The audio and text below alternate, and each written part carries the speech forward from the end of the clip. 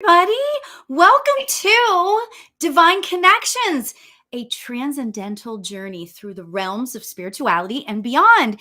Tune in today with me, Lauri Albert, and Theon Polino Filippelli for captivating discussions about the astral realms, reincarnation, energy healing, and so much more. Mediumship, all kinds of fun stuff.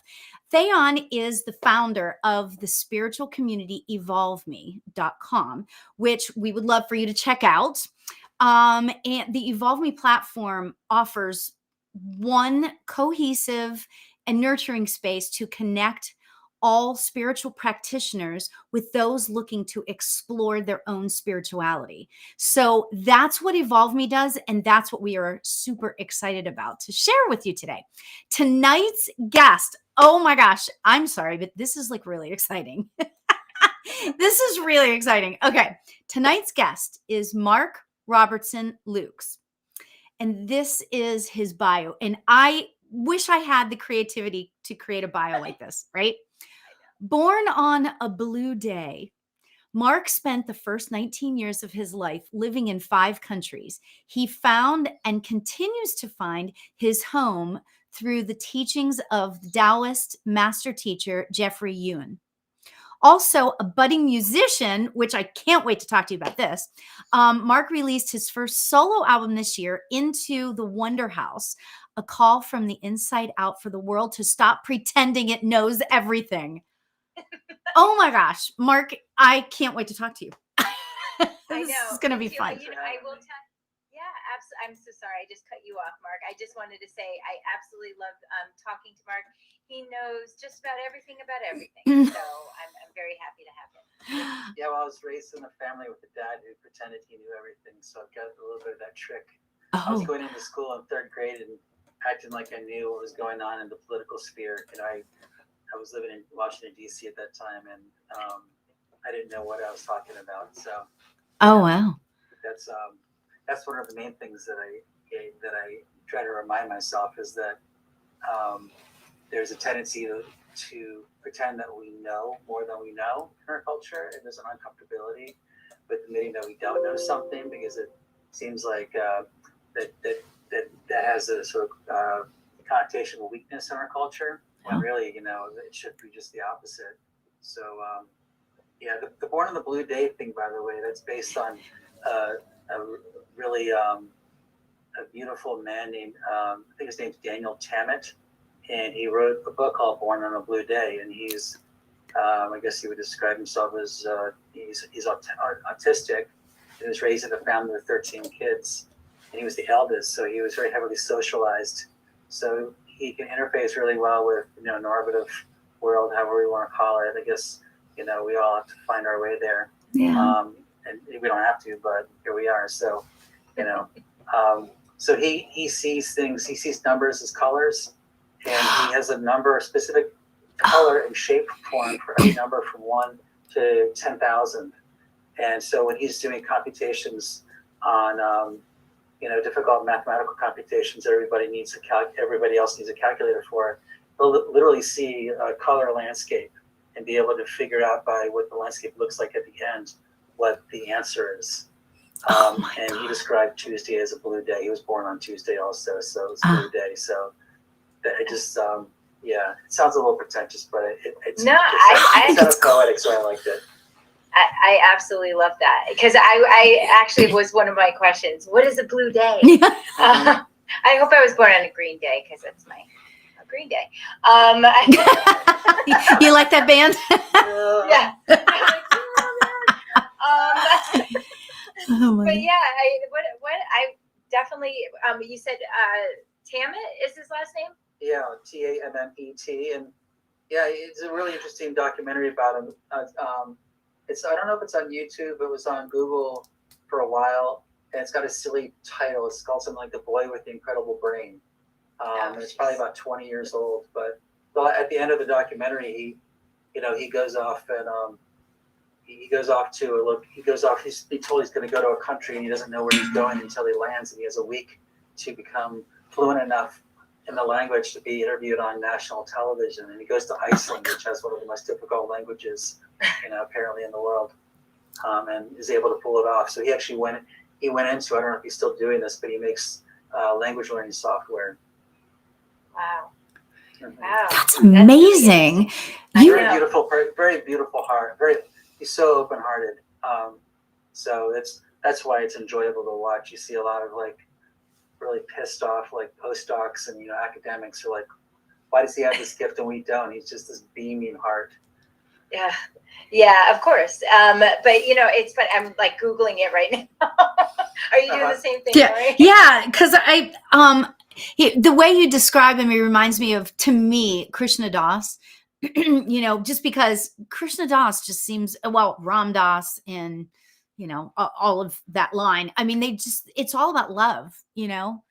It's all about love, Mm-hmm. and I just love that. Well, that's where the mind, in classical Chinese medicine, when someone is in their right mind, the mind is actually located in the heart, not the brain. Oh, right. The brain is a very powerful processor, and it has its place too. But the mind we're supposed to really be moving from the heart, and that doesn't just mean emotionally. It means like that anything we learn intuitively, that anything we learn intellectually ought to have a charge emotionally, or we ought to be able to feel it. It's not just rote memorization. Learning is really about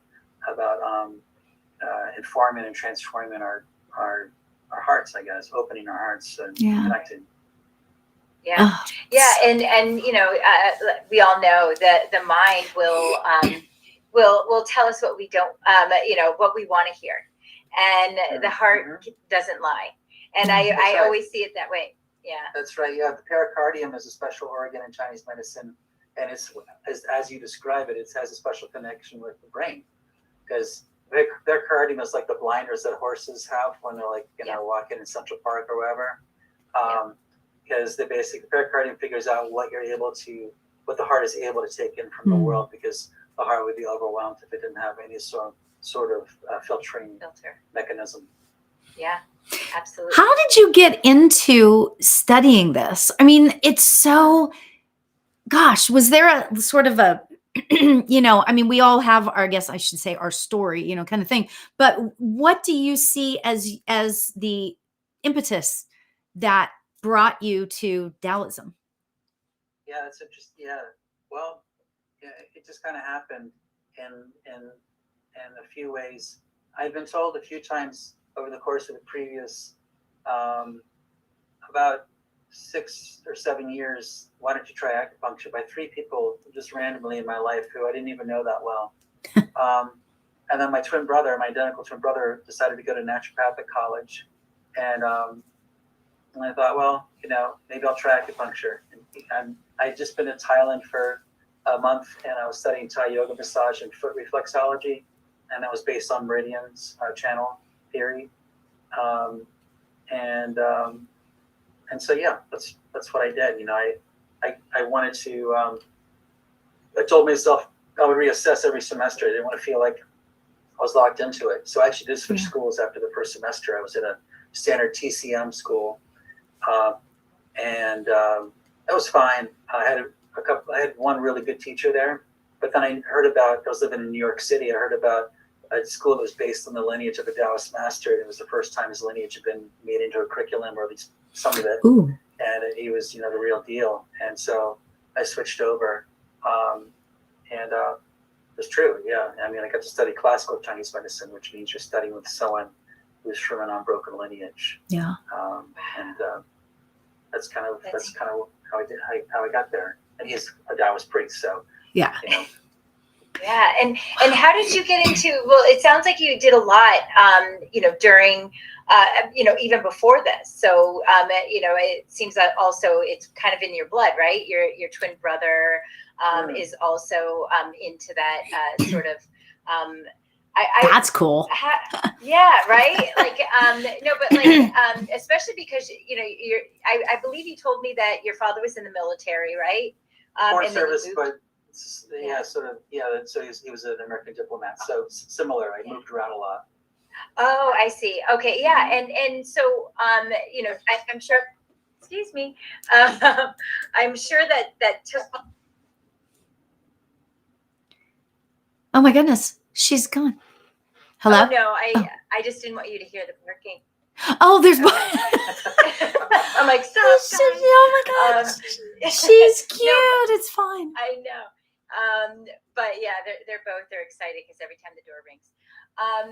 But yeah, and so your family obviously was very open. So how, like, tell me about how your childhood was. Yeah. Sure. Yeah. So yeah, my dad was most open-minded in our conversations about religion. My dad, before he joined the Foreign Service, he was an Episcopal priest. So it's kind of like a Catholic priest, but you can get married and have kids, and it's not centralized, and they don't have a pope. It's obviously very important historical differences, but as far as like, my growing up years, my dad was not particularly open-minded when it came to discussing politics, and that's why I would go into school with like a very dogmatic perspective on something and act like I knew what I was talking about. But when it came to, we weren't particularly religious, but for a while until I was 10, I think I went to church just about every week. And my dad was always really open-minded and handled the questions I had for him, with a lot of heart. And it was one way that I could really connect with my dad, because he was difficult to connect with in other ways. So that was probably the beginning. So I got interested in words through him, etymology. And then I got interested in philosophy and religion, and for a lot of books I didn't understand what they meant, but I thought I was getting smarter. And then I let that go, and I ended up studying religion actually in college, but I wasn't studying to be a priest or anything. I chose it because it left me with the most room to study whatever I wanted to study. It was the most liberal artsy of the degrees that I could choose from. Totally get that. Yeah, in fact, my last semester I took entirely pass fail. I was so sick of the whole grade thing. So I just I tried to make a point of actually not taking too many notes and just sitting and listening. And in Chinese medicine, there's this idea that if you focus on just listening, then your ears actually connect to your kidneys, which is a deeper energetic level than your eyes, which connect to your liver if you're like writing things down. So if you can just sit there and listen, then you can receive more of a transmission and even more pertinent facts or framework in a much deeper way than if you're busy just scribbling down and then reviewing your notes later. Oh, wow. That's like, that is so amazing. I have so many questions about the Chinese medicine there. I know, like, I'm one of those people that knows like this much. It's a little bit dangerous, right? That's how most people are, including me, because there's so much to know, right? Yeah. And I remember studying it a little bit, and I remember that I being completely blown away by the idea that each organ in your body is associated with an emotion. That's right. And it makes so much sense. Like, because when you think about like people that are, I don't know why I'm using this as an example, but somebody that's like an alcoholic might have a problem with rage, because anger goes with the liver, and and maybe I'm not sure I'm right about this. Sadness is the kidneys. Is that right? Sadness is the grief for the lungs. The lungs. Okay. Yeah. So oftentimes if someone has a chronic lung condition and they've never been a smoker, probably because they're holding grief from their family system or from their own lives, or both. Wow. So what do you think about, okay, so this is like left field, but what do you think about like past lives? We were talking, Than and I were talking about past lives earlier today. So what do you think about past lives coming in terms with this? Yeah, well, it's something just a thought. My teacher has gotten that question. I wanted to revise my bio. I haven't done it yet, but I would just want to refer to him as my favorite teacher, because it's not a math. He's a master. I consider him my master teacher, but it gives sort of an innuendo that he's my master, and he's not. He doesn't have any apprentices. He's sort of like the end of his lineage. But anyway, people ask him that question, and he doesn't. He obviously acknowledges past lives, but he doesn't want people to focus on that, because the Taoist perception is that we can get it all done in this life, and then looking at the past life as a distraction. Now, I would say that from my own perspective, it could be a really useful information, and I'm definitely fascinated and believe, at least intellectually, somewhere between intellectually and in my body, I very much believe in past lives and read about them for a while. And there's this idea I think I may have described this last week in another meeting that I was in with Theon and you as well, Lauri, that we choose, the Taoist idea is that we choose our incarnation. I know the Buddhists believe that some of us do, but maybe my teacher is just assuming that we are from the Taoist perspective. Which, you know, there's no such thing as pure Taoism anymore, or pure Buddhism. The teacher's a Taoist priest, but Taoism in China has been infused with Buddhism and Confucianism, and you know, for a very long time. Shen Buddhism actually comes out of Taoism, and then when Shen goes over to Japan, it's Zen Buddhism. So that's the Taoist form of Buddhism. Oh, wow. But so my teacher is, you know, he comes from an oral tradition, an oral Taoist tradition. So I think it's pretty unwatered down, you know, going back to the woman who started the tradition, but that's an aside.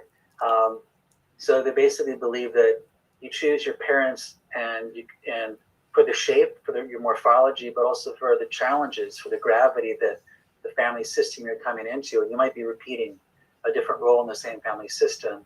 You're coming in more intentionally than not. Again, I don't know, you know, but it feels right to me. It feels like I did choose my parents. And even if you don't believe in that spiritually, it's a very empowering perspective to begin from, because you can never say to your parents, well, you know, I didn't want to be born, or why did you have me? You're responsible for your life, basically. Yeah. Doesn't mean you can ask for help, but it takes the victimhood out of it. Yeah, and you know, it's interesting. Yeah, and but you know, in a sense, you know, and you said that you know, Buddhists, they don't necessarily believe that everybody chooses their life, but I think in a sense, kind of they may, like, let's say, you know, that you know, you don't necessarily like consciously choose, well, I don't know what conscious would be in that way, but choose their life. But let's say on the adverse, they believe that some people are meant to repeat certain mistakes, but in a sense, you're kind of choosing that, because you're choosing sort of to relearn something, or to you know, go back and you know, for me, I've always I understand karma, but I also understand you know, our soul's journey. So our soul has many, and this is my belief, and I'm not saying that this is, you know, what everybody believes, but or should believe, but the way I've seen it is that, you know, we have I call more than past lives, they're more like iterations to me. So there's other versions of me happening simultaneously, and I do feel that they do affect us in various ways. Like sometimes if I'm meditating, I will pull from other lifetimes, like a strength or something like that. Like I work with them a lot. You know, if you understand or believe in oversoul, you know, so your oversoul branches out into all of these iterations, and really what we're doing, we're experiencing, and within that experience, I you know, and I think what Lauri and I were talking about earlier was, do they affect this life? And I think in a sense they can. And you know, it's almost like repeating patterns. So if, like, you know, in my past lives, I was you know, I had this thing, you know, I was always poor, or I was always like something, then maybe I would have some sort of issue with myself, you know, gaining money, or not thinking that I was, I don't know. What is your thought on that? Yeah, so I had a couple ideas. There's this idea of the 9 heart mansions, or the 9 heart pains. And there are sort of 9 areas that, in order to be fully realized, that we need to be able to be proficient in. And they go in a certain, and I don't have to go in a certain order, but, you know, for the sake of ease, I haven't done this for a while, but the first would be health, and the second would be wealth. So think of wealth as like externalized health. And we talk about Chinese medicine, if someone is blood deficient, they probably are struggling for money as well. Yeah. Because blood is like money in the bank as far as the body is concerned, as far as being fully conscious and full of chi and awareness and vitality. You need to not be blood deficient. So there are nine houses. I was just avoiding listing out the other seven. Health, wealth, prosperity. So prosperity means not only do I have wealth, but I can share it. And so a poor monk from an outsider's perspective, a poor monk or a monk that doesn't have much money or could actually be wealthy and prosperous. If they have enough to be healthy, and they can give a little bit, then they're prosperous as well. The fourth would be travel. And I may be losing order. Knowledge, wisdom. Knowledge is associated with vocation, wisdom, and I know I forgot one. And relationships. Yeah. So relationships, emotional well-being, and the last is home.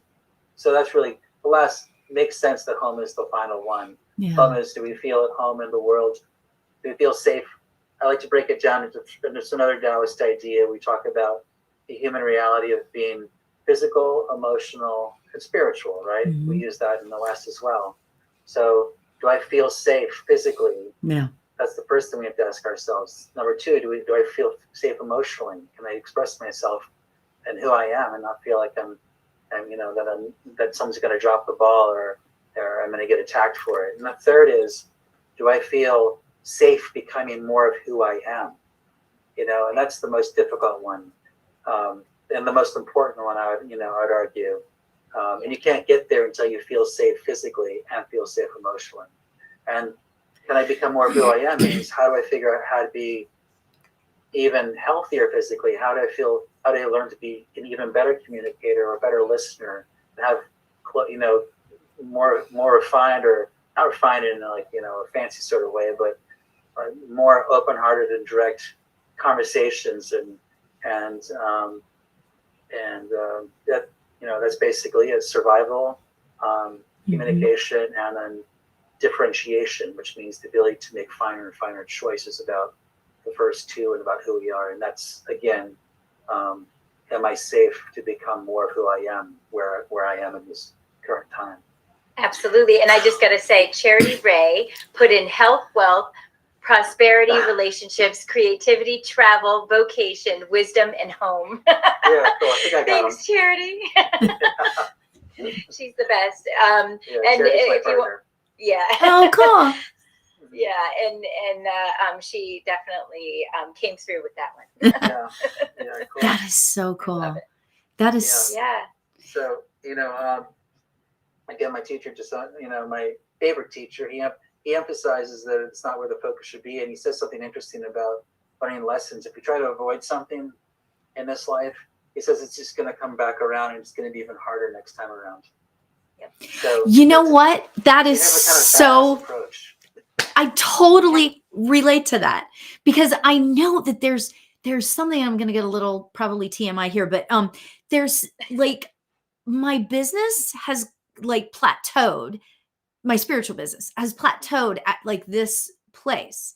And there's a part of me that is thinking that it has to do with, or I don't know what it has to do with, right? So I'm exploring right now past lives. Like what is it within me that is not allowing my business to go past this certain level? Like I feel like it's inward. And I've been really doing a lot of inner work to try to figure that out. And so based on the Taoist traditions, how would I sort of deal with that? How would I? Well, there's the set of acupuncture. I'm gonna act like pretend I've got an answer for everything, but I don't really. I love it. Bring it on. There's a particular lens of acupuncture you learn in classical Chinese medicine that's popularly known as the Eight Extraordinary Channels. It was a word that was translated from the original Chinese by a British guy, and that's why I used the word extraordinary, and it also used the word curious. what it really means is the channels of great possibilities, which I really love. I just think it's a lot more beautiful. Yeah. So it's this idea that he basically says that, if you feel like the cup of possibilities has gotten filled up, this is definitely a different take on the, having the cup, half full or full. Yeah. If you feel like the cup is filled with all the possibilities and you've come to your limit of possibilities, then you basically have to make the cup bigger. And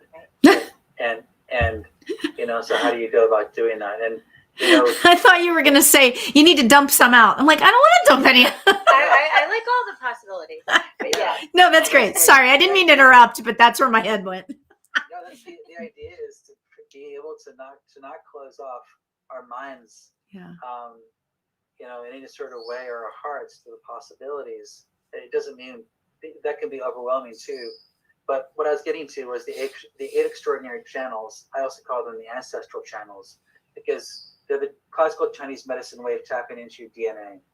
And if there's some sort of imprint in your DNA, and I do believe that there are emotional and maybe even spiritual imprints, but definitely emotional imprints in our DNA that get passed on, and there may be a rift at some point if there's a trauma, a very profound trauma, that is pushed aside, and that can become an unconscious story that takes hold on the people in the lineage, so that depression runs through the women in that lineage, or the men in that lineage, or death of cancer runs through that lineage, or ADHD runs through that lineage. And that's where this dovetails with my other interest, which is systemic constellations, or originally known as family constellations. Ooh, yes, explain that. Energetics of our ancestors. And what's interesting about that what drew me to ancestral or family constellations is this notion that our ancestors are a resource that we don't utilize. Very simply put, think about 3 dimensions. The first dimension would be our everyday awareness of problem-solving consciousness. It's the kind of consciousness that you want the person flying an airplane to be in, right? But it's not the end-all, be-all, only consciousness. Right. So the second kind of consciousness would be the ancestral plane, and the third would be spirit. So some of us are in touch with the spirit, with sort of this consciousness of spirit or experience of spirit, but very few of us are in touch with the second one, the ancestral consciousness. And what's unique and very important about the ancestral consciousness is that they lived not so long ago, even if it was 4 or 5 generations ago. And so they still have an invested interest in our material well-being, and not in any sort of materialistic, superficial way, but in a genuine, I want them to be able to live without suffering kind of way. And that resource is why I think part of the reason why ancestral dialogue, I mean, we call it worship from the outside, but when we see cultures like the Chinese have altars for their ancestors, they're in dialogue trying to make peace. And you can even look at it from a purely materialistic way and just say they're making peace with their inner consciousness about the relationship they had with their ancestors. But I think it's definitely a lot deeper than that. Oh, so, absolutely. That's a bit of a ramble, but that's where I would start. I would start either with 8 extraordinary channels, because we know less about ourselves than I'm going to write that down. I know, I'm doing that right now. Yeah. What's in our unconscious is so much more vast than what we could ever know consciously. And most of us would probably think, and I have the perception often, that my consciousness is like this, and my unconsciousness, I've almost figured it all out. It's only this much I don't know about myself. But I think it's far vaster. Yeah. Far more vaster. I knew what you meant. Totally knew what you meant. So the 8 extraordinary channels, is that... Say it with an English accent. Can you do a British accent? Extraordinary. Is that what it sounded like? Oh my God. And today anything could happen coming out of my mouth, right? The 8 extraordinary channels, is that Chinese medicine or is that acupuncture? Well, so or is it all? I guess it would be all. That's acupuncture. It's a great question. Yeah, it's a good question. I don't know. I don't think there are herbalists that work with the 8 extras, but you can. I bet there. Well, I take it back. I'm sure you can access points. I do know that you can access points with essential oils. You don't need needles. So I could give you a protocol to tap into a certain level of your of your family system, or your the 8 extraordinary channels. You wouldn't actually need to be needled. Yeah. And I could do a real run through of the 8. They're interesting, but I'll just, if you guys want, I could do that at some point. Ooh, that's cool. Yeah. So if I go to my acupuncturist and said, I need to work on my 8 extraordinary channels, he would know what I'm talking about? He should know what I'm talking He might, so that about. He's Chinese. It's not like he's. okay. Yeah. Yeah. Well, the kind of Chinese medicine I got to study is almost non-existent in China, and it's classical Chinese medicine practitioners, I'm guessing, make up less than 5% of all Chinese medicine practitioners in the world. Oh my God. Wow. If you went to Vietnam, that's the only place you'd find maybe a majority of classical Chinese medicine practitioners. In France, that's also the primary form of Chinese medicine, I think. And you're a practitioner of the classic. Is that correct? Wow. So someone who does TCM, which is a system that was created by Mao that has its merits, but it's a westernized, despiritualized version of classical Chinese medicine. Okay. Classical Chinese medicine, the spirit is primary. I mean, that was the character on the information booklet for my school, was the Chinese character for spirit, which is interesting in and of itself. It's 2 different characters next to each other. The first is the character for ancestry, and the second one is to stretch one's ancestry. So it's interesting that there's this physical connotation. I'm sure there are many levels to it that I don't understand, but this physical connotation of spirit and ancestry that go together right from the get-go. Absolutely. I definitely agree. I've now just started dipping my toes into it. And it's interesting because, I'm half Filipino, half Italian. And my father is very Americanized. And when my parents got married, we mostly, we knew my mother's family, the Italian side, and had really no relationship with his side. So I really didn't know any other Filipinos besides my dad. So I kind of, and the relationship we had with his family was not the best. So I had sort of that negative thought about that side of the family until I had a ancestral reading, and but the week before it, I in meditation, this older, she looked Filipino lady came to me and was talking to me as a guide, and she said her name was Babalin, and I was like, oh, that's an interesting name, and so I was getting this done, and I found out that Filipino shamans are called Babalins. Oh and my God. And it was like, and it was this really beautiful, I mean, what a strange word. I don't know any Tagalog or anything. And that, now that I'm starting to open myself up to that side, I feel a lot more connected to myself. I mean, I haven't really, that's really all the basics that I've done. I've not done too much with it. I'm slowly but surely trying to work it, but this family concept, I definitely agree that, and it was funny when Lauri was saying, some of the things that I'm, that her feeling about where she is with her practice, it could very much well be with that ancestral, any ancestral traumas. It's about clean, and I know Mark and Charity do an amazing ancestral constellation workshop. So, it's really just healing through that and seeing what comes up, because that has opened up a lot for me just in the little bit that I did in that one reading. So, you can imagine as you explore what you're going to find, with. Right, where you opened up a dialogue. You consciously opened up a dialogue. It's like opening a door that hasn't been opened before. I think we all have certain doors, in our consciousness, especially in our spiritual consciousness, that they don't completely disappear, but they can atrophy like a muscle if they're not used. Right. But when you have the intention, you can open up a door that hasn't been open for a while, and start to focus on photographs or think about a particular aspect of your lineage. Most of us are a hodgepodge, so So Yeah. it reminds me I want to kind of connect with some of my lineage that I haven't connected with for a while. Yeah, and what's interesting too is, I've,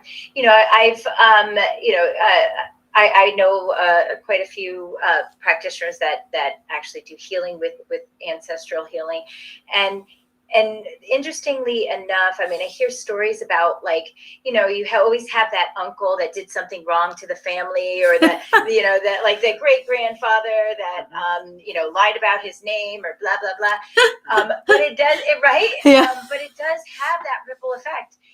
Just like anything else, we talked about this kind of in detail. We really don't know the effect that we have on this life or anybody else until probably after we're not here anymore. Yeah. Because everything that we do is a butterfly effect. Yeah. And, so if you think about what that does to a family line, and how that really truly affects you. I mean, it could be your ancestors from the Stone Age. You really don't know the weight of what of what your family line is like until you kind of open that up, I think, right? Yeah. What's really interesting about constellations that's pretty unique in all forms of healing that I've come across is that, say, an ancestor of yours was a victim in a terrible crime, the perpetrator actually then becomes part of your system. It's not like good versus evil. Yeah. It's really about trying to heal whatever was the background behind that perpetrator that caused them to do that thing to your ancestor, and then creating a healing movement that might go back 4 or 5 generations between, either a person in your family was the perpetrator or vice versa. And there has to be a healing movement between those two, and stepping back a generation to find out how the perpetrator, not to find out the specific facts, but, get a sense of why they were, what damaged them and caused them to get to the place where they did harm to someone else. And, one of my mentors pointed out that if you go back far enough, we are all, for the most part, and this doesn't excuse any of the stuff that's going on in this country or in the world, it doesn't take away responsibility and, the politics that very, I think, genuinely involve, race and gender, etc. But that most of us, and I'm still working with this in my head, most of us are, come from perpetrators, because if you go back far enough, they were the ones who were the strong cavemen who were taking care of the small, tiny cavemen, probably. Wow. I mean, there isn't some sort of redemption along this. People can transform themselves. But it does definitely takes away this idea of dehumanizing and taking the dignity away from someone. It's easier said than done if someone suffered a terrible crime. But anyway, I'll stop there. No, that makes so much sense. And it's fascinating to think about, because you're right, and I'm sure we all have that within our family history. And what can somebody expect, as far as healing? So let's say we've pinpointed a specific trauma or instance within our family line that affects us. What is that healing like? What is the next generation experience with that? Yeah, well, the cool thing about constellations, and it's true for the extraordinary channels too, that when the healing movement gets to a place where, let's just use an example of like a grandparent. We could even use the example of a woman who had a baby out of wedlock, which 60 or 70 years ago in our culture, you wouldn't have, if you were their parents, that daughter's parents who had a child out of wedlock, you wouldn't want to talk about it, and sort of thing. In other cultures around the world, still that would be basically, sometimes they'll hold a funeral for the daughter if she's had a baby out of wedlock. Or put them in institutions. And that can create, a serious ripple effect down the line of unworthiness. And if the mother of the baby is taken from the mother and put up for adoption, so basically, when the healing movement, I don't know how good an example it is, but when the healing movement happens, if the ancestor is even alive, if it's not an ancestor, if it's a person in the that's still living in this plane, maybe working with their higher self, they are they're acknowledging that they no longer want what has been their fate, that was what has kept them back, what has kept them from being able to get through that glass ceiling of success, or making enough money to do what they love to do. They basically say, my fate is mine and you no longer have to worry about me. Oftentimes what happens is that children try to become the parents of their parents, and that's a disruption in something called the orders of love. Mm-hmm. And so this could be as simple as a parent saying, you no longer need to be my parent, you're my child, I'm supposed to take care of you.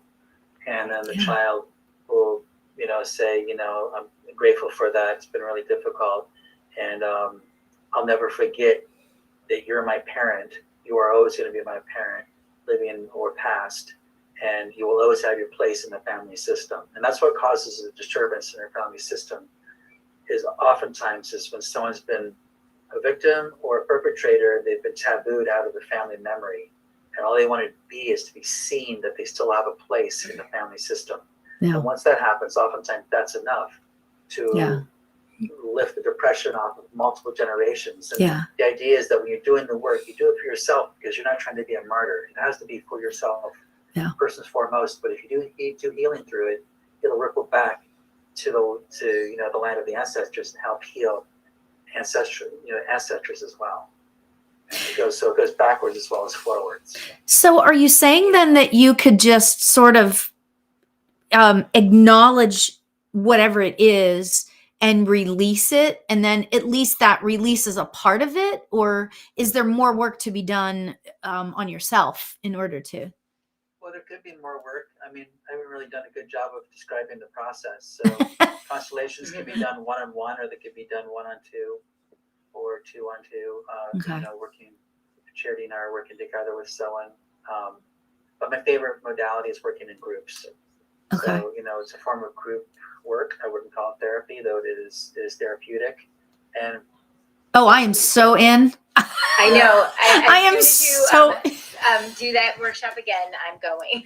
Okay. Well, do you have a workshop on Evolve Me, don't you? Yeah, I just put a new date for it, actually. Oh, good. Oh, you did? Yeah. Yay! And what's the date? I'd have to look. Oh, and hi, Norma. I'll check it out. Check it out. But basically, what you do is you're working with one person, and you're trying to.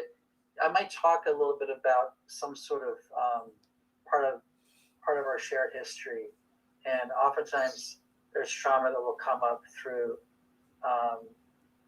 through slavery or the Holocaust, or some of the more or the Holocaust against American Indian people, the Holocaust against Jews. Mm-hmm. It's helpful to start with something that's relatively charged, and then you might invite the people in the group to share what comes up for them, and then depending on what someone shares, what the people share, if one is really particularly charged, they can serve as a portal for the rest of the group to get healing. So then you start to figure out, ask people to stand up in representation for the various members of their family living in past. And usually you'll choose one side, mother or the fathers, and you'll go back, and it's a very interesting experience. It's like channeling light, and I definitely don't consider to be myself a channel at all.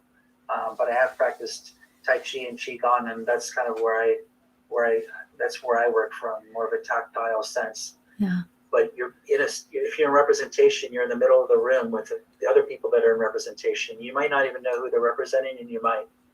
And you just start to with my fingers feel which way to turn, like turn towards this person. Do I want to be closer to this person, further away? Yeah. It's very intuitive, but there's a certain charge that happens in the consciousness field when it starts to quicken, and people can get in touch with it. And you almost see it's not just an externalization. It's not just shadow play.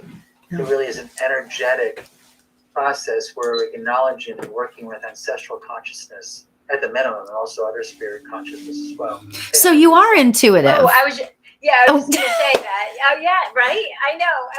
It's funny that I'm not a channel, but you're... Well, I'm intuitive, but I don't consider myself to be a channel. Yeah. Well, But it's that's what I'm Okay. saying. It's anyone. I think just about anyone could do this if they're open to it. It's definitely not play acting. You're not trying to get a bunch of information and do you're not trying to do a role play. Um, um, so it is a form of it is a form of channeling. I just don't I don't think of myself as a channel. Okay, so everybody needs to go to evolveme.com and go check out for that, because that's going to be awesome. In her amazing fashion, of course, Charity Ray just put up the date. So it's Oh, good. October 24th from 2 to 5 p.m. Eastern. So October 24th, 2 to 5 p.m. Eastern. And then I just wanted to also, Laura Widman said hi, Mark, and hi, Nora. Oh, yeah. I know Laura. And I have hearing Laura's last name, but I know Laura. Hi, Laura. I have somebody on my chat that her name is KJ, and I think she's kind of interested in this. She's really stuck around. She said this is very interesting. She's like, I have a few health issues that I would love to know the root cause of. Boy, don't we all? But can this help with that? Yeah, definitely. Yeah, absolutely. So KJ, I hope you're still here. Because if you've done if you've tried other things that are more in the material realm, though there's really no medicine that isn't all three, mind, body, spirit. But yeah, no, absolutely.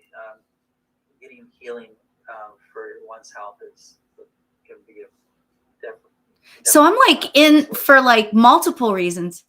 I know, right? I was just saying, I need to work on this. Just talking about autoimmune diseases. Yeah. And a lot of that can be triggered by stress and then where does stress come from and all of these things. So do you think that for those people, and it seems like everybody is getting diagnosed with some sort of autoimmune disease. Yeah. So do you feel that is part of the I guess something that we should be healing from ancestrally, or? Yeah, autoimmunity runs in families. I have it in my family. That's why I know. So yeah, definitely. Yeah, that's an ancestral thing.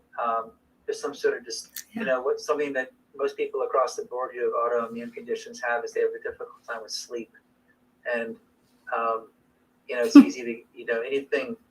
Think about autoimmunity as when either the pathogen is so stealthy and or has become so embedded in the person's body in a certain system or organ. And so when the immune system is trying to get rid of it, it starts to swing so wildly that the punches come back and hit the person themselves. That's a good analogy, I think, for an autoimmune disease. So there's obviously some form of disturbance that's going on. Yeah. And I think that it usually has an echo going back. So what's interesting about that is that one of the autoimmune diseases I have is Hashimoto's, and that's the thyroid one, right? Sure. So my grandmother had her thyroid removed. My father had his thyroid removed. My cousin has had thyroid issues. My cousin's child was born without a thyroid. Yeah, there you go. How is that even possible? Think about how that happened. So they all had thyroid issues, needed to get them taken out or whatever. And then this generation now is not born with a thyroid at all. Do you think that might have some ripple effect? But here's the question, and this might sound weird, so just bear with me for a second. But weird's good. Weird's fine. Weird's good.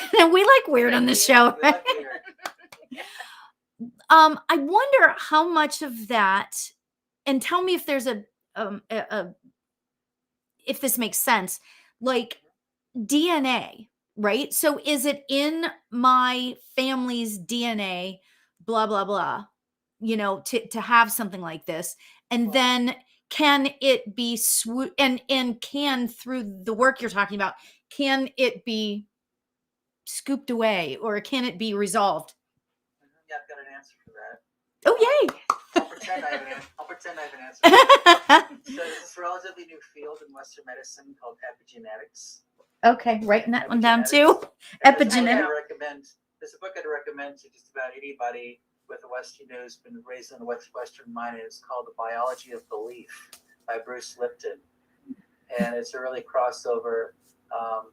It explains basically the power of belief in what actually gets expressed genetically. So we are born with DNA, but then how the DNA is expressed, whether a switch is flipped on or off for a particular autoimmune condition, that's an epigenetic factor.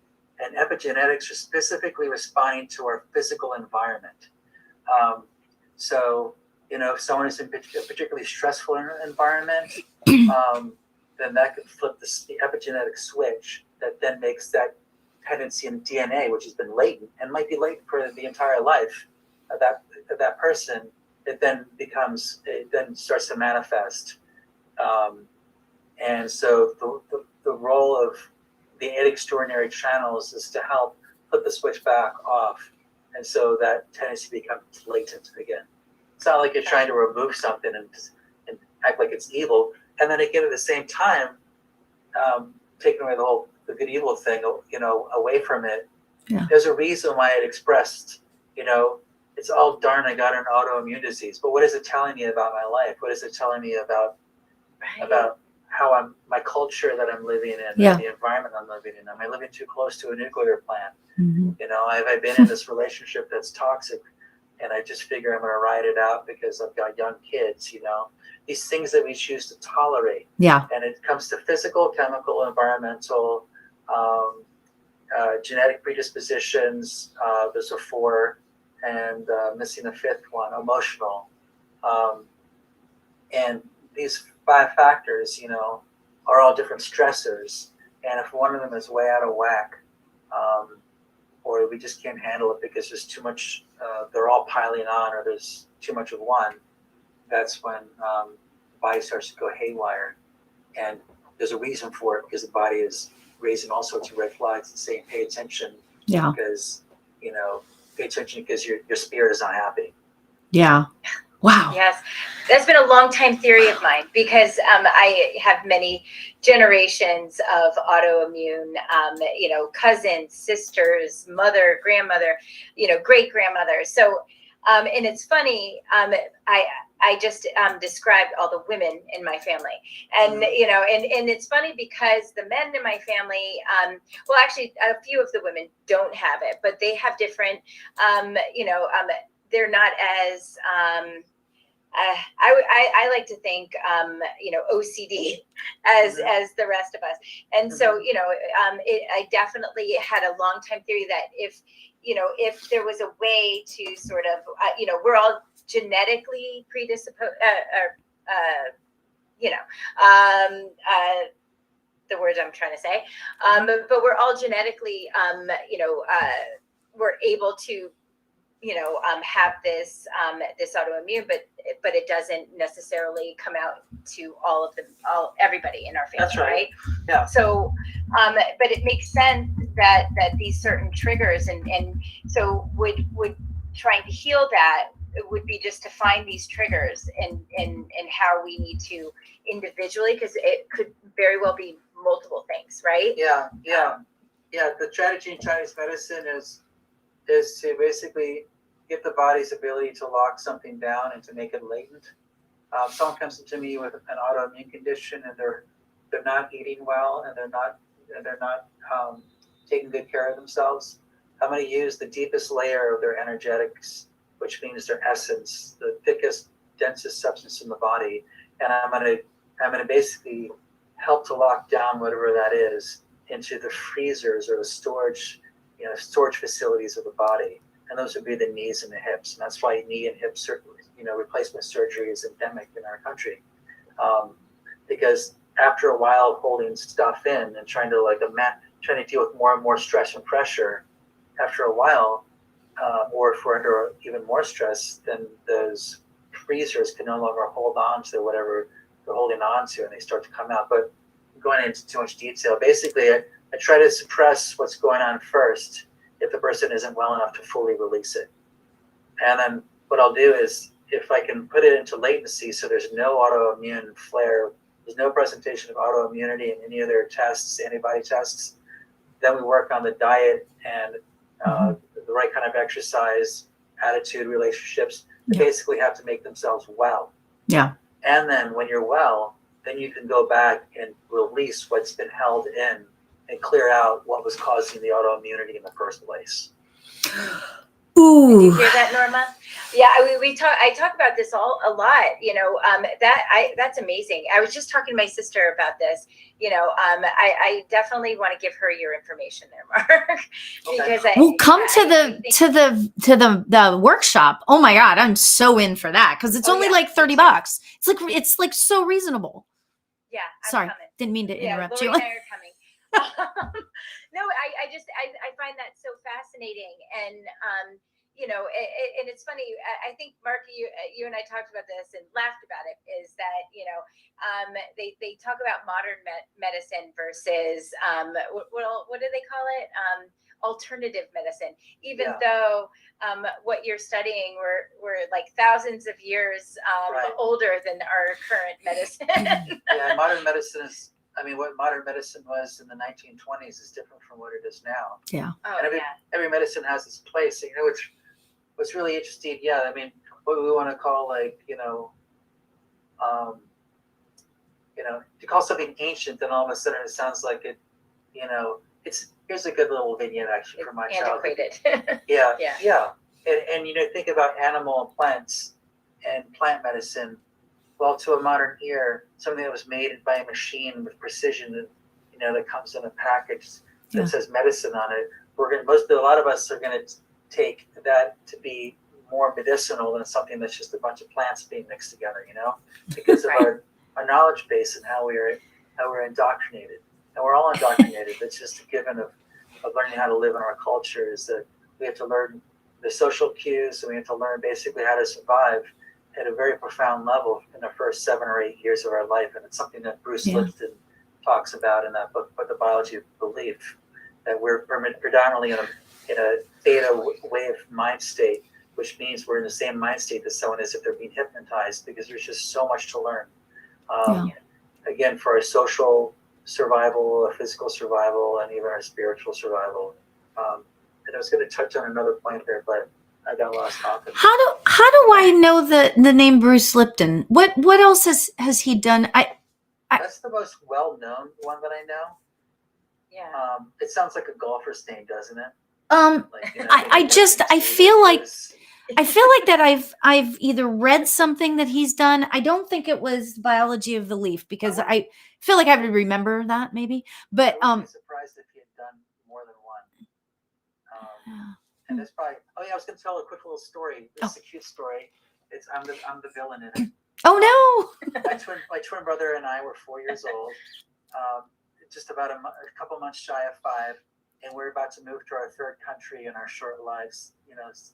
At that point, and so we were going to be flying over from Washington D.C. to Paris on Halloween night, and I guess we were barely conscious of what Halloween was. And we didn't know anything about the Wizard of Oz, but my mom arbitrarily gave my twin brother the Tin Man, and I got the lion.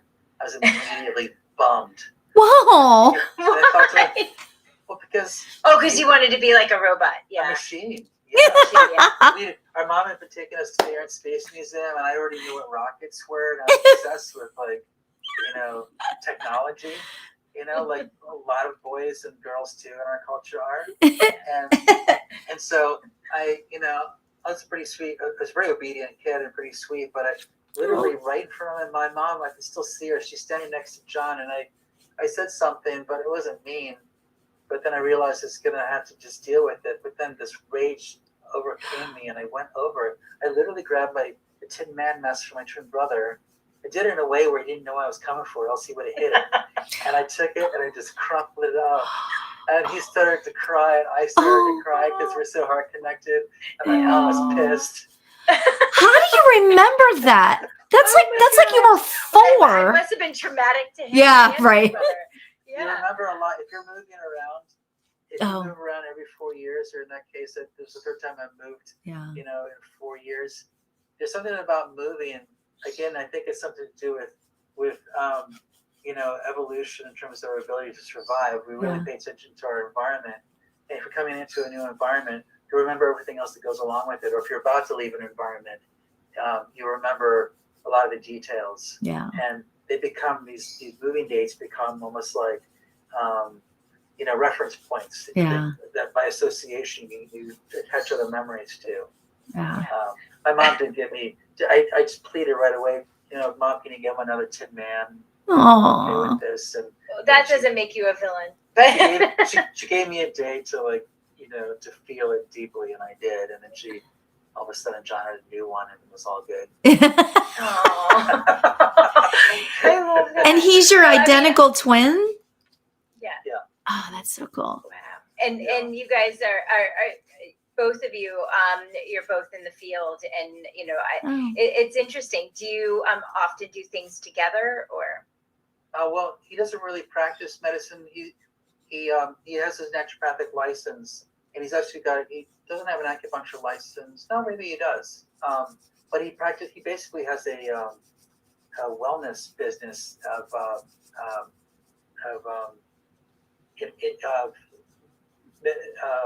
intravenous medicine. He's got a company called Boost IV, which basically it does anything from people wanting boost of vitamins and cocktails of different vitamins and minerals. I really actually don't know a lot about it. I mean, and he'll treat anyone from people that have cancer to folks who just are feeling run down. Yeah. Or getting ready for some big event, some athletic event or something. So he decided to go that route and to be an entrepreneur. So that's what he's doing, and it's going pretty well. So, I would love at some point to be able to collaborate again in some way, in a more immediate way. And I guess we do in the sense that I consider the two of us to be the most open-minded people politically in our family. So it's nice to have someone else who's close to me, to have someone I can talk to about stuff that's going on in the world, because it's so polarized. Yeah, absolutely. Oh my gosh. So how did the music thing come into play? I mean, I know we're almost out of time and stuff, but I'm like dying to know so much about you. Yeah, Lauri's a musician herself. Yeah. So cool. Yeah. Well, I had a massive crush on this Irish girl when I was in 9th grade, and that was the year the Joshua Tree came out. Oh. And I made a very warm transition from Van Halen to U2 in 1987. Yeah. Yeah. And the first 10 times I really wanted to like this album because I really liked this girl. So I listened to it 10 times in a row. I remember sitting on the floor with my back to my bed, my Walkman, fuzzy headphones on, and after about the 6th or 7th listen, I was like, wow. First Bono's voice scared me because it was so vulnerable. It was so wide open. Yeah. There was nothing slick about it at all. And then I was just like, by the 10th listen, I was absolutely in love with the music and with open-heartedness. They really, I was very fortunate to be at that age because they became my primary role model of what good man can be. And I think they were an excellent role models at that point in time in my life. Yeah. Absolutely. Yeah, it seems. I loved you too. Yeah. Oh my gosh. Yeah.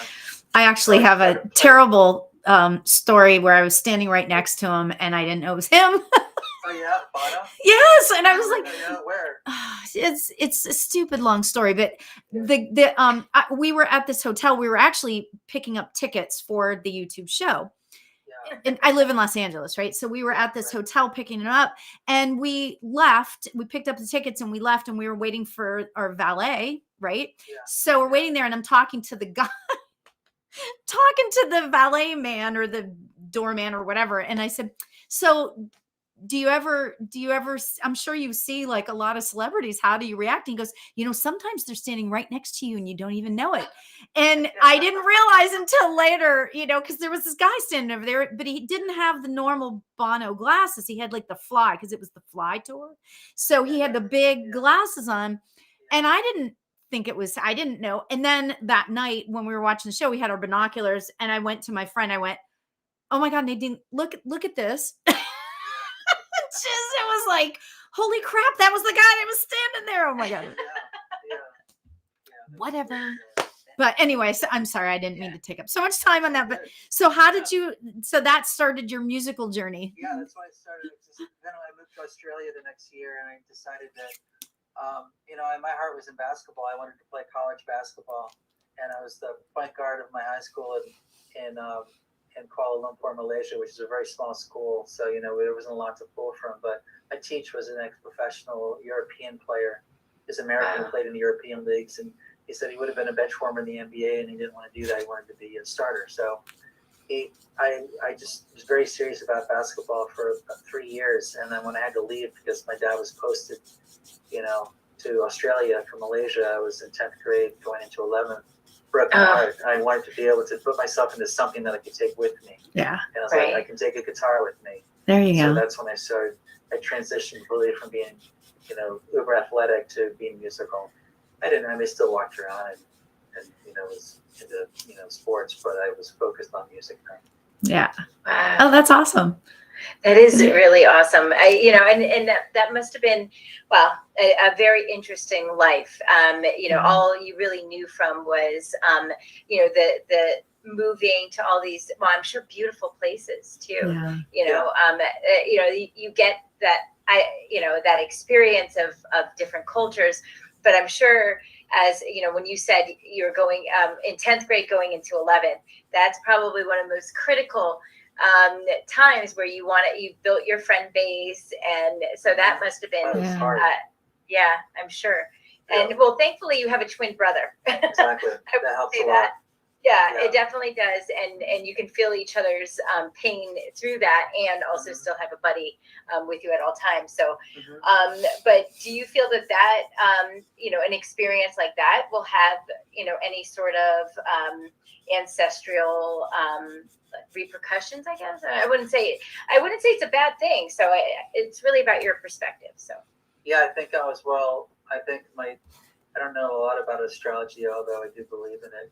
I think my chart is a lot of fire, and I think I was constitutionally set up to like to travel. I traveled even more as an adult after I finished college than I did growing up with my parents. So yeah, I was set up for it. I think it doesn't mean it wasn't difficult, but by the time I got through and came back here to go to college, I felt like I had really graduated from something very special that made me who I was, who I am. So I feel very fortunate. So this sounds like a line, and I don't mean it to, but what is your sign? Yeah. I hate asking people that. Well, I'm a sun and a rising Sagittarius, and my moon is in Leo, so that's all fire there. And I think 77% of my planets are all in my first house. I know nothing of what you just said. A lot of fire. I knew the fire part. That's all I knew too.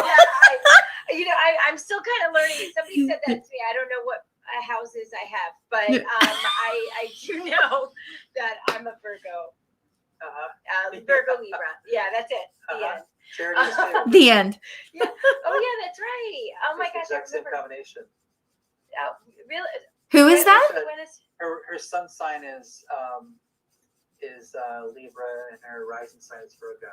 So you guys might really? Oh my God. So she's on the cusp in September. So rising and sun are two different things.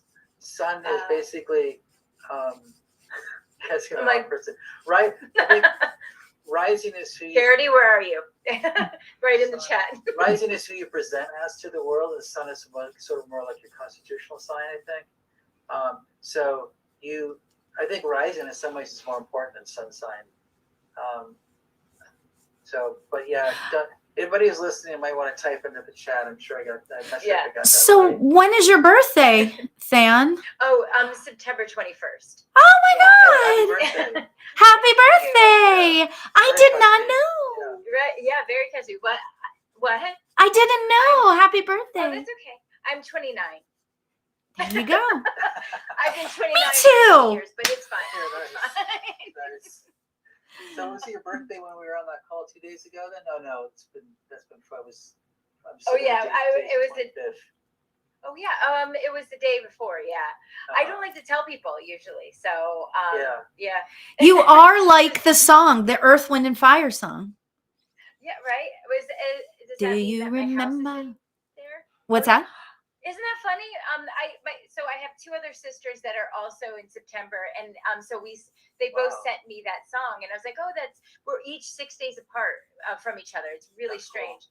Yeah, and but so they kept showing me the song. I was like, oh, I love that song. And I go, they go, but it's your song. And I go, why? And they go, because it's 21st of September. And Yeah, I was like, 21st I night of September. Yeah, that's the lyric. Yeah, yeah, yeah. That was it. I didn't know that. That's yeah, so neither fun. did I. And it's like the first sentence that he says too, and I didn't know. But yeah, so it's good. And at least I can say that I was that I was born on the International Day of Peace. Oh, yay! Yeah, right. Yeah. Oh, That's it. that's all. nice. Yeah, that actually makes me like my birthday. I never liked it. I was But, born on Pearl Harbor Day. How about that?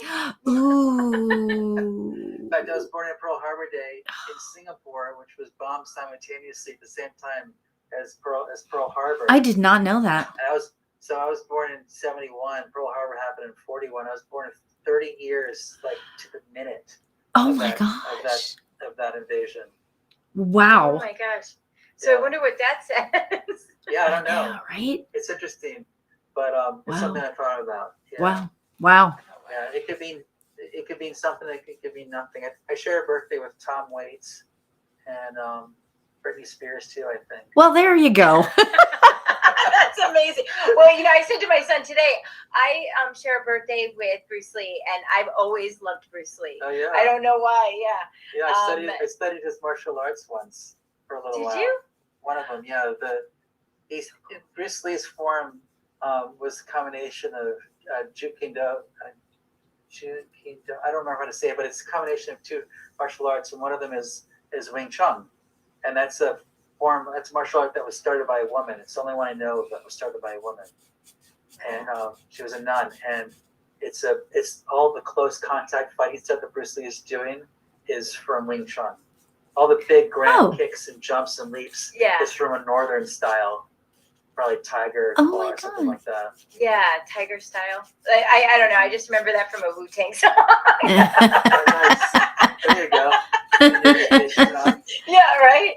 It tells you how old I am. Also, I just wanted to say, Norma said that yes, she did, because I said talking about the autoimmune.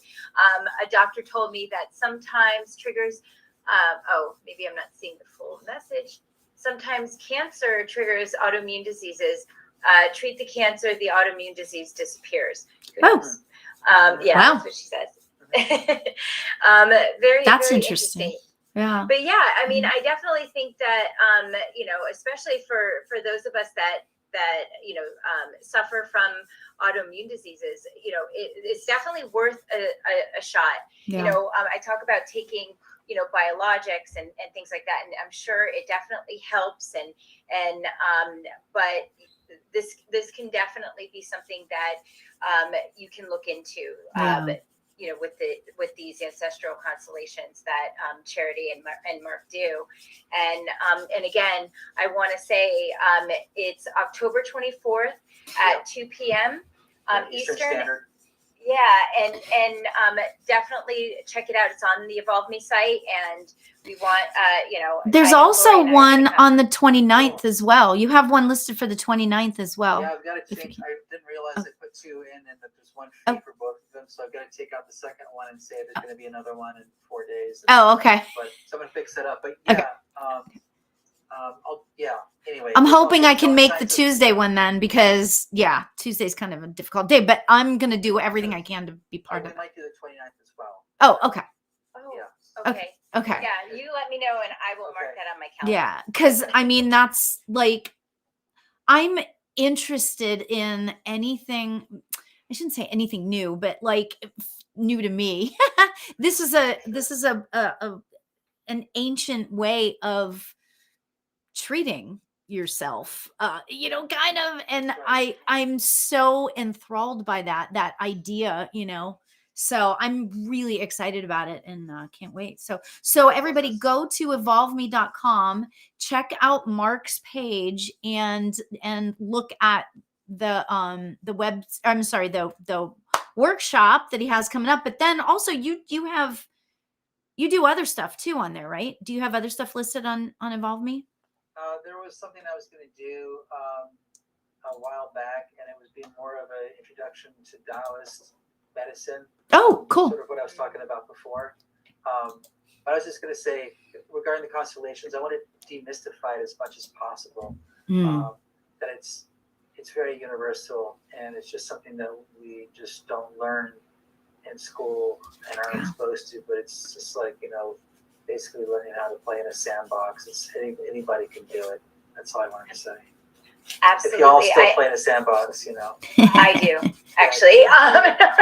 Cool. No, but I do. But I, whenever I go out in the desert, I do actually. But I have tried, and I've done some your workshop.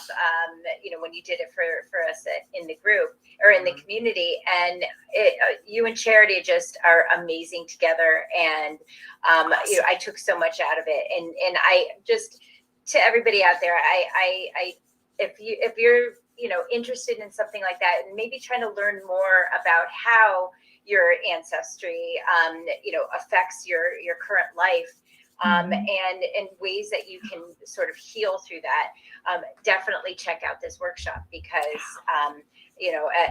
it's funny, it's like it almost feels like everybody in the community kind of especially the ones that haven't done it before, we all seem to go with the same, like we're on the same theme, like I really want to check out my hands, right? And we had just been talking about this, and this is such a great segue, and obviously a divine sign for us, and to look deeper, and for anybody, even if you don't have an autoimmune disease, this is not, this is for everything. This is for triggers in your life, for things that hold us back, and if you can't figure out where it's coming from, then it must, it may be in your ancestral line. So that's right. It's really good for estranged relationships as well, like between parents and children. Sometimes you wish that you could change someone's perception, or help them open their eyes to the world, a parent or a child or someone that you're very close to. But the only way you can ever change them is really in yourself. By working with letting go and accepting who they are, and working in some sort of process that moves dynamically, the pieces inside of yourself, and you can effectively heal this family system from within. Then all of a sudden it can reconnect estranged people. Wow. Amazing. This was so much fun today. Thank you so much, Mark. I appreciate you. This is. Yeah, I had fun too. Wow. Too. And I always love talking to you. You're always a wealth of knowledge. I always say that. He just is, you ask him anything, and I'll pretend I know. I'll pretend I have an answer. He says that, but then he comes up with these profound answers. Yes. Okay. Well, Diane is a wonderful champion. So I think, Diane, you bring out the best in people. Yeah, she does. I appreciate that gift. And Lauri, it's been really good to meet you as well. Yes, it was nice meeting you. I really truly can't wait for the workshop. I'm like very excited about that. So me too. We're gonna sign up. You tell us the date, and you said you're gonna do it on the 24th, which is a Tuesday. Tuesday at 2 p.m. and Eastern, and then you're probably going to do another one on the 24th or 29th. Around the same time. Okay. Yeah. I'll go fix it right now. So yay! And then awesome. So go tomorrow and sign up on the Evolve Me site for Mark and Charity's ancestral constellation. Awesome. So thank you, Mark. We appreciate you being here. And thanks to everybody for showing up. Yeah, thanks everyone. Have a great night, everybody.